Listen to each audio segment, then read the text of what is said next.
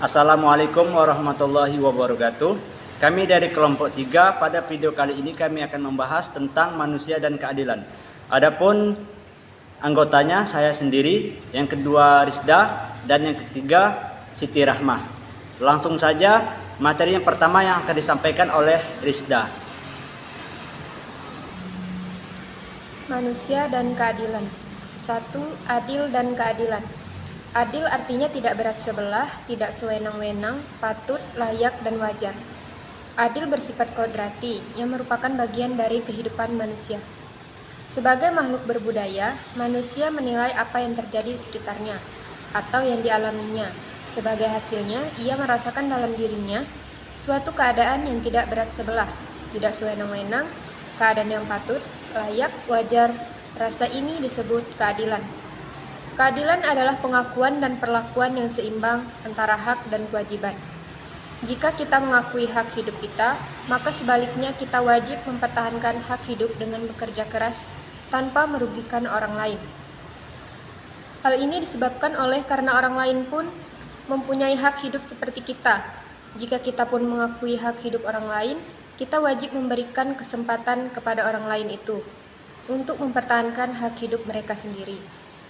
Jadi, keadilan pada pokoknya terletak pada keseimbangan atau keharmonisan antara menuntut hak dan menjalankan kewajiban. Perbuatan luhur yang mencerminkan sikap dan suasana kekeluargaan dan kegotong royongan. Sikap adil terhadap sesama menjaga keseimbangan antara hak dan kewajiban, serta menghormati hak-hak orang lain.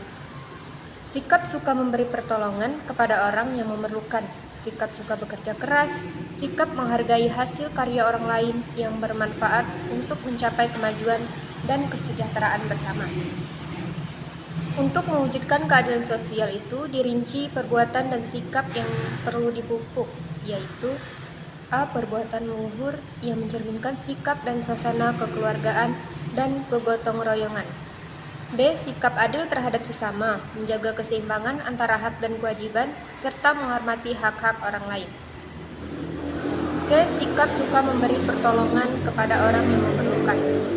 Sikap suka bekerja keras, sikap menghargai hasil karya orang lain yang bermanfaat untuk mencapai kemajuan dan kesejahteraan bersama.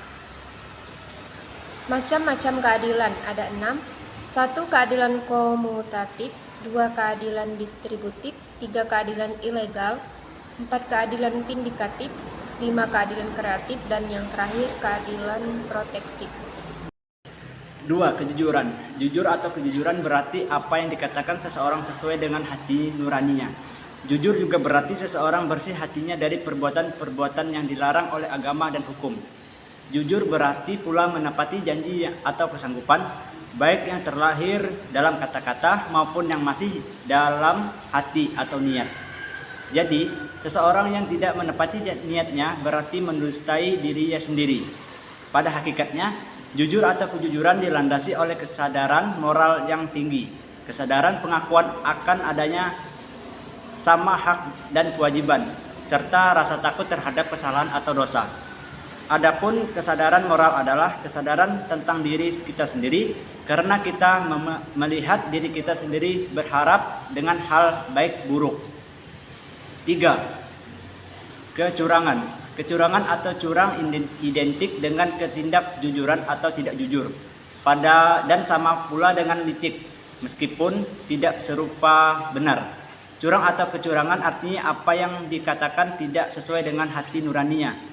Beberapa faktor yang menimbulkan kecurangan antara lain: pertama, faktor ekonomi; kedua, faktor peradaban dan kebudayaan; 3. Faktor teknis. 4. Pemulihan nama baik. Nama baik merupakan tujuan utama orang hidup. Nama baik adalah nama yang tidak tercela. Setiap orang menjaga dengan hati-hati agar namanya tidak tetap baik. Lebih-lebih jika ia menjadi teladan bagi orang atau tetangga sekitarnya, adalah sesuatu kebanggaan batin yang tidak ternilai harganya.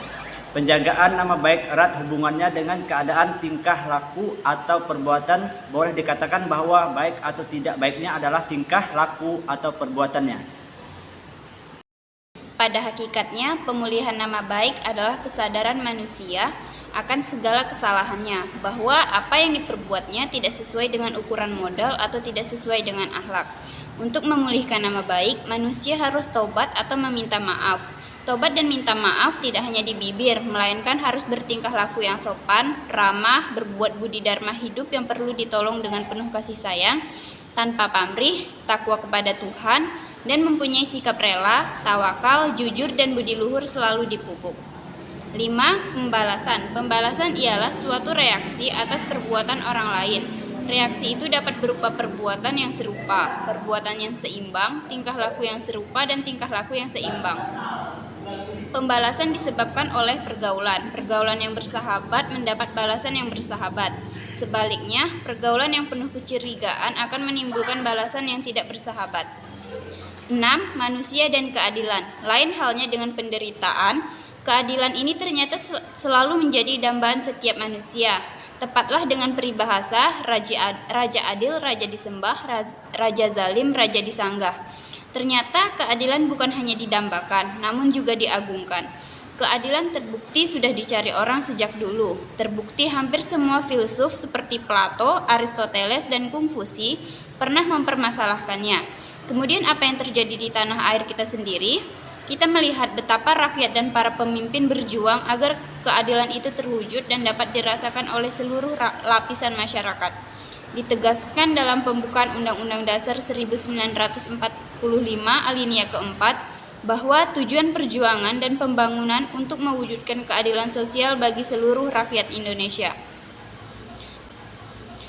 Demikianlah penyajian makalah dari kami. Kami mengharapkan kritik dan saran dari pembaca ataupun pendengar agar kami bisa menjadi lebih baik lagi. Kami ucapkan terima kasih. Wassalamualaikum warahmatullahi wabarakatuh.